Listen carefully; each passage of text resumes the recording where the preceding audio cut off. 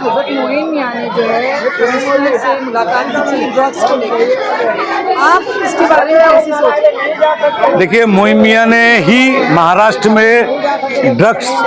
के खिलाफ सबसे पहली आवाज उठाने वाले मोइन मियां थे, हजरत मोइन मियां थे। और उसका खामियाजा भी मोइन मियां को काफी भोगना पड़ा था, क्योंकि कहीं ना कहीं मोइन मियां बगैर बेखौफ होके, बगैर कोई सुरक्षा के, अकेले पूरे महाराष्ट्र में ड्रग्स माफियों के खिलाफ बात करते हैं। और उनका हमेशा से मोटिव रहा है कि हमारे मुल्क में, वो चाहे मुसलमान बच्चा हो, चाहे हिंदू बच्चा हो, चाहे जो नशे से सारे लोग परेशान हैं। आपने देखा होगा कि एक पिक्चर थी उड़ता पंजाब, है ना, तो अब ये उड़ता महाराष्ट्र शुरू हो रहा है। और मुस्लिम एरियो में, खास करके पर्टिकुलर मुस्लिम एरियो में ड्रग्स आसानी से चने कुरमुरे के जैसे मिलती है, जिसको चाहिए जहाँ से चाहिए ड्रग्स ले सकता है। तो इसके लिए मोइन मियां थाना कमिश्नर को मिले कि ये चीज़ें भिवंडी, क्या नाम है, थाना मुमरा, राबोड़ी और तमाम सब हलकों में इनके ऊपर पीने वालों पे कार्रवाई ना करे। पीने वाला तो नशेड़ी है,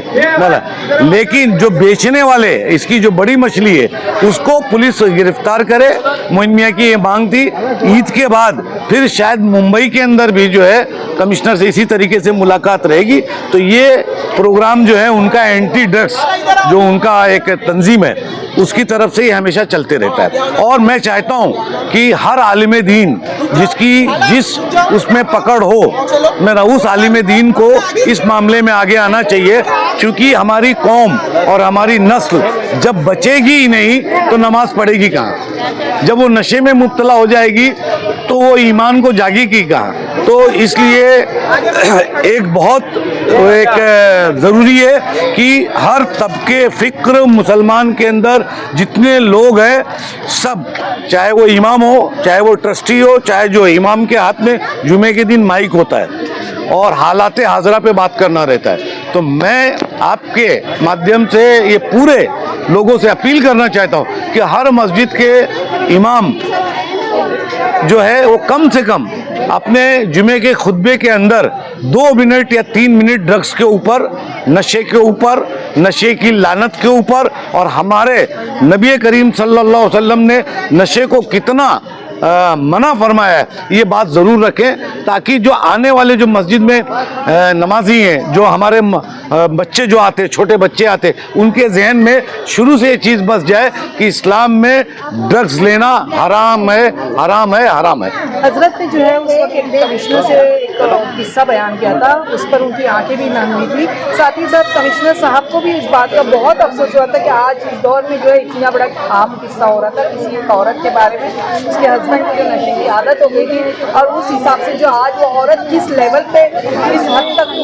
उन्होंने कहा कि मुझे कहने के लिए भी अल्फाज नहीं है कि वो गलत राह पे चली गई। तो ऐसे लोग जो आज नशे की नीति कर रहे हैं, तो उस पर आप क्या? नशे के हालात इतने बिगड़ चुके हैं कि वो तो हजरत ने एक बात कही है ना, हजरत के पास ऐसे लाखों मामले हैं, लेकिन वो एक बात ताज़ी थी, रख दिया उन्होंने।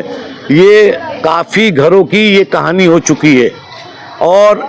इसके अंदर बहुत अच्छी अच्छी फैमिली के लोग बर्बाद हो गए, बच्चे बर्बाद हो रहे हैं। और एक मरतबा नशे के उसमें अगर बच्चा गया तो उसका रिटर्न आ पाना बड़ा नामुमकिन सा दरवाज़ा होता है। तो माँ बाप को ख्याल रखना चाहिए कि मेरे बच्चा अब नशा सिगरेट नहीं रह गया है, नशा चरस नहीं रह गई है, नशा गांजा नहीं रह गया है, नशा दवाइयों में तब्दील हो चुका है कि बच्चा खा रहा है और सो रहा है, और माँ बाप समझ रहे कि नहीं नहीं मेरा बच्चा तो घर ही में सो रहा है। अपने को अपने बच्चे के ऊपर वो रखना चाहिए, और जब तक बच्चा 12वीं क्रॉस ना हो जाए, जब तक बच्चों के ऊपर नज़र रखना चाहिए, ताकि समझदार जब बच्चा हो जाएगा तो कहीं ना कहीं इस चीज़ से दूर होगा।